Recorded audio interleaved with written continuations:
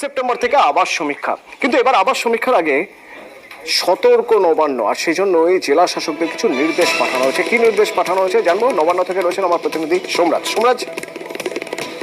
দেখো, 15ই সেপ্টেম্বরের পর থেকে আবাস যোজনার সমীক্ষার কাজ শুরু করতে হবে, সেরকমই প্রস্তুতি নেওয়ার কথা জেলা শাসকদের জানিয়ে দিল রাজ্যের পঞ্চায়েত দপ্তর।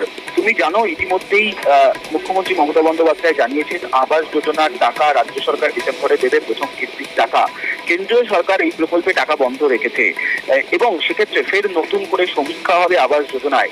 এই সমীক্ষার ক্ষেত্রে সতর্ক রাজ্য সরকার, বিশেষ করে 100% যাতে নির্ভুলভাবে উপভোক্তাদের তালিকা তৈরি হয় তা নিয়ে জেলা শাসকদের নির্দেশ, এবং তার সঙ্গে প্রত্যেকটি গ্রাম পঞ্চায়েত ধরে ধরে যে সমীক্ষা হবে সেখানে একজন সরকারি আধিকারিককে রাখা হবে।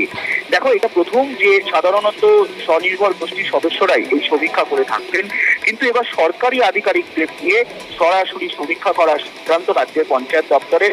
সেক্ষেত্রে মনে করা হচ্ছে যে সম্প্রতি যে আবাস যোজনার উপভোক্তাদের তালিকা নিয়ে বারবার অভিযোগ উঠেছে তা কার্যত যাতে আর না পুনরাবৃত্তি হয়, সেই কারণে আবাস যোজনার তালিকা নিয়ে এবার সতর্ক নবান্ন।